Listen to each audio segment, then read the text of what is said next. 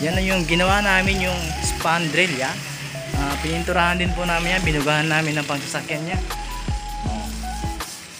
Dati po yan medyo itim na po yan brown na rin yan pininturahan namin yung spandrel saka yung gutter.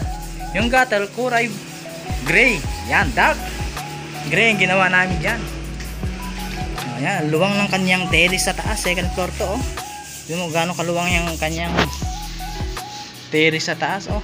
Pang basketball court, half court na po to. Kulang malapit naging pwede na ring whole court to. Layo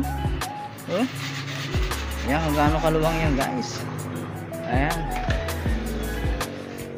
Ayan tapos na kami ang ganda ng kanyang spandrel dati kuan na to kulay brown na yung spandrel niya, kinulayan lang namin ng white saka dark gray yung gutter. Ayan guys, yan, nagre-retouch na lang, uwi na kami mamaya patapos na ito ayan si Team Bugok, Team Puyot ayan buwis buhay si Paeng.